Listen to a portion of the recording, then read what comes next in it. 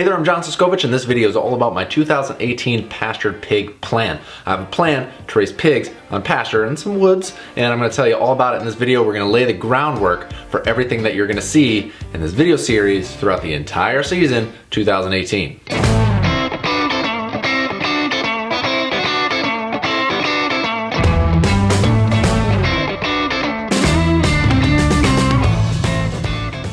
So you may already know that I have a 52-acre farm, Western Connecticut, and we have three main operations on farm: pigs, poultry, and hops. Now we'll get into the poultry and hops in the next couple episodes, but today's is all about pigs, and specific 4 different things. In this video, we're going to go over what my production methods are, what my sales avenues are for the pigs that I'm going to produce this year, the money that I intend to gross, these are talking gross dollars at this time of year, and then some fun projects that I want to have to include in my day-to-day pig operation. Let's get right into production. So for pigs, just like chickens, we're all in, all out. That means right now, as of 2018, I don't keep any pigs over the winter. In the beginning of April, I get piglets from a local breeder. The breed that I'm getting are Duroc Land Race Cross. Duroc is a red pig. They have a little better marbling. They're a little bit more durable. They do good at foraging. Land Race, they're a longer pig, and it's a white pig. And with that long pig, you get a little more bacon, a little more chops. It's kind of great. They're lower to the ground. They got some nice big hams on them. The pigs start in a little piggy brooder where they're kept warm and safe as they start to harden off to the outside temperatures. Then they're moved out and rotated weekly on pasture so that they always have fresh forage. They get off yesterday's manure or last week's manure, and they're impacting the land in ways that I'm trying to kind of control and manipulate and finesse my land a little bit with the little pig rototillers on the front of their face. And then after all those rotations, when they're finally done and they're the size that I want and it's worked out with all of my scheduling, we go through primarily a USDA processor here locally. A new one just opened up, which I'm pretty excited about. We do them USDA because we sell through farmers markets, through our farm store, and our local regulations here in Connecticut means that we have to have all that meat stamped. That's just, it is what it is. Which leads really nicely into sales avenues. I have 4 sales avenues. We have the farm store, farmers market, whole and half pigs, and special events. With our farm store, it's a lot of people coming to the brewery to do tastings, and some of my local diehards who love our chicken and our pork. And yeah, just a little store that you have to walk through to get to my tasting room. So I go through the farm store. It's a great place. I've been moving a lot of pork. I'm actually going to run out early this year, which is kind of awesome.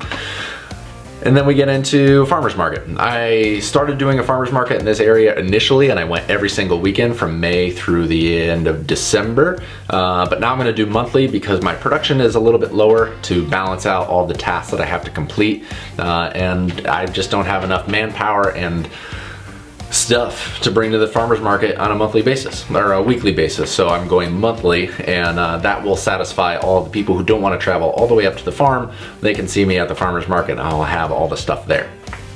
We also do whole and half pigs for a few select customers, mostly advertised word of mouth, where you can buy a whole pig or a half pig. They're putting in their cut sheets to the processor and picking up the pork themselves. I don't have to house all that pork in all of my freezers because I don't have enough freezer space for all that. I'm satisfying some of my core customer group, and it's less marketing dollars for more meat out of the door. There's less time that I have to spend handling inventory and doing marketing and all the legwork that goes into selling. I just make one big sale and I've moved a whole pig. It's kind of great. And then we have some special events where I have a friend who's getting married. We're doing a staff lunch during the middle of the summer where one of those pigs is going a little bit early, and we're gonna do just a staff appreciation for the guys in the brewery and the people who work on farm, and just kind of friends, family that are gonna come to that summer event, which is great. Then we have our pig roast pig in the beginning of September. We do a big hop harvest festival. We have a whole bunch of people come out, they pick hops, we serve some beer, we have local food, and we do a pig roast to bring back a local tradition, which we're gonna talk about this season here on YouTube. So this year we're gonna do 14 pigs in total. For retail, we're doing 7 pigs. For events, we're doing 3 pigs. And for shares, we're doing 4 pigs. So for retail, if you add up all the cuts that I get about $1,500 per pig gross dollars. So for 7 pigs, that's $10,500. And remember, those are gross dollars, that's not my net. If you wanna know what the net is, if you wanna know what the take-home pay is, better hit that subscribe button and hang out for the season. So for events, I got 3 pigs going out. I got 2 early in the season that we're just gonna give a round number of $150 a pig, and then 1 going out later in the season that we're gonna say is worth about 300 bucks to me on the farm for about $600 total. These are going for in-house events that are larger than the scope of this video, but that's what I'm gonna allocate in my financials for now.